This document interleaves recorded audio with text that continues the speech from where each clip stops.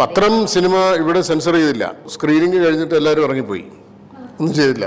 പേടിച്ചിട്ടായിരിക്കും. തയ്യാറായില്ല. അപ്പം ഞാൻ തടഞ്ഞു നിർത്തി. ഞാൻ പറഞ്ഞു, നമ്മൾ ഫീസ് കെട്ടിയിട്ടാണ് സെൻസർ ചെയ്യുന്നത്, നിങ്ങളെന്തെങ്കിലും പറഞ്ഞിട്ട് പോയാൽ മതി എന്ന് പറഞ്ഞു. അപ്പോൾ പിന്നെ അത് റീജിയണൽ ബോർഡ് ആ പടം സെൻസർ ചെയ്യുന്നില്ല, മദ്രാസിലെ അയക്കാമെന്ന് പറഞ്ഞു. മദ്രാസിൽ അയച്ചു. പിന്നെ അവിടുന്ന് ഡൽഹിക്ക് പോയി. അന്ന് ആശാ പരേഖാണ് സെൻസർ നാഷണൽ ബോർഡിൻ്റെ ചെയർപേഴ്സൺ. അവർ പറഞ്ഞു, ഈ പടം സെൻസർ ചെയ്യില്ല എന്ന് പറഞ്ഞു. സെൻസർ ചെയ്യില്ല, ഈ പടം സർട്ടിഫൈ ചെയ്യാൻ പറ്റില്ല എന്ന് പറഞ്ഞു. കാരണം അന്ന് ആ സിനിമയ്ക്കെതിരെ വലിയ പരാതികൾ സിനിമ റിലീസാവുന്നതിന് മുൻപേ കേരളത്തിലെ അന്നത്തെ പ്രസ് അക്കാദമി അടക്കം, അന്ന് മീഡിയ അക്കാദമി അല്ല, പ്രസ് അക്കാദമിയാണ് ഈ സിനിമ സെൻസർ ചെയ്യുന്നത്, കേരളത്തിലെ മാധ്യമ പ്രവർത്തകരെയും മാധ്യമ സ്ഥാപനങ്ങളെയും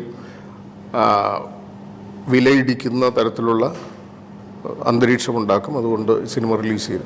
അല്ലെങ്കിൽ ഫ്രീഡം ഓഫ് എക്സ്പ്രഷന് വേണ്ടി നിലകൊള്ളുന്ന, അതിൽ ത്രൈവ് ചെയ്യുന്ന മാധ്യമങ്ങളും ഈ സിനിമ റിലീസ് ചെയ്യുക, എല്ലാ മാധ്യമങ്ങളും അല്ല, അന്നത്തെ കാലത്തെ ഒരു പ്രത്യേക സാഹചര്യത്തിലുണ്ടായ കാര്യമാണ്. പ്രസ് അക്കാദമി ഔദ്യോഗികമായിട്ട് ടെലിഗ്രാം അയക്കുകയും ഫാക്സിൽ കത്തയക്കുകയും ചെയ്തു. അപ്പോൾ ആശാ പരേഖ പേടിച്ചു പോയി. അവർക്ക് കേരളത്തിലെ പൊളിറ്റിക്സും മീഡിയ ഇൻഫ്ലുവൻസും ഒന്നും അറിയില്ലല്ലോ. അവർ വിചാരിച്ചത് എന്തോ വലിയ കുഴപ്പമാണെന്ന് പറഞ്ഞു. അന്ന് പ്രമോദ് മഹാജനാണ് ഇൻഫർമേഷൻ മന്ത്രി. അദ്ദേഹം വ്യക്തിപരമായിട്ട് ഒരു താല്പര്യം എടുത്തുകൊണ്ട് രാവിലെ അദ്ദേഹത്തിൻ്റെ ഓഫീസിൽ ഇത് സംബന്ധിച്ചൊരു പരാതി ബോധിപ്പിച്ചു. അദ്ദേഹം ചോദിച്ചു, what's happening, why this is not being censored? No, the Kerala major newspapers are against this.